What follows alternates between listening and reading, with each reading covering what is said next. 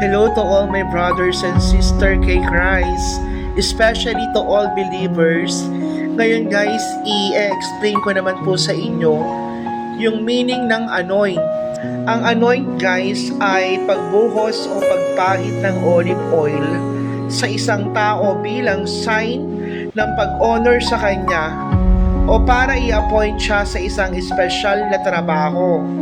Ina-anoint ang mga hari sa Israel bilang sign ng paglalagay sa kanila sa pwesto. Kaya tinatawag din ang hari na ang Anointed One. Ito din ang title na binibigay sa pinili ng Diyos para maging Savior at Lord.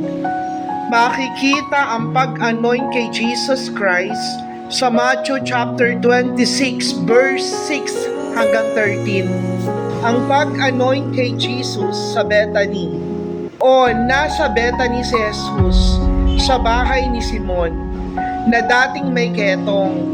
Habang kumakain si Jesus, lumapit sa kanya ang isang babae na may dalang sobrang mahal na pabango. Nakalagay ito sa isang alabaster na lalagyan. Maingat siyang binuhos ang pabango sa ulo ni Jesus habang nakaupo siya. Nagalit ang mga disciples nung nakita nila ito. Ano ba yan? Bakit sinayang ang pabango? Tanong nila. Dapat binenta niya na lang to sa mataas na presyo, tapos pinamigay ang pera sa mga mahihirap. Alam ni Jesus kung ano ang iniisip ng mga disciples. Kaya sinabi niya sa kanila, huwag niyo siyang pakialaman. Mabuti ang ginawa niya sa akin.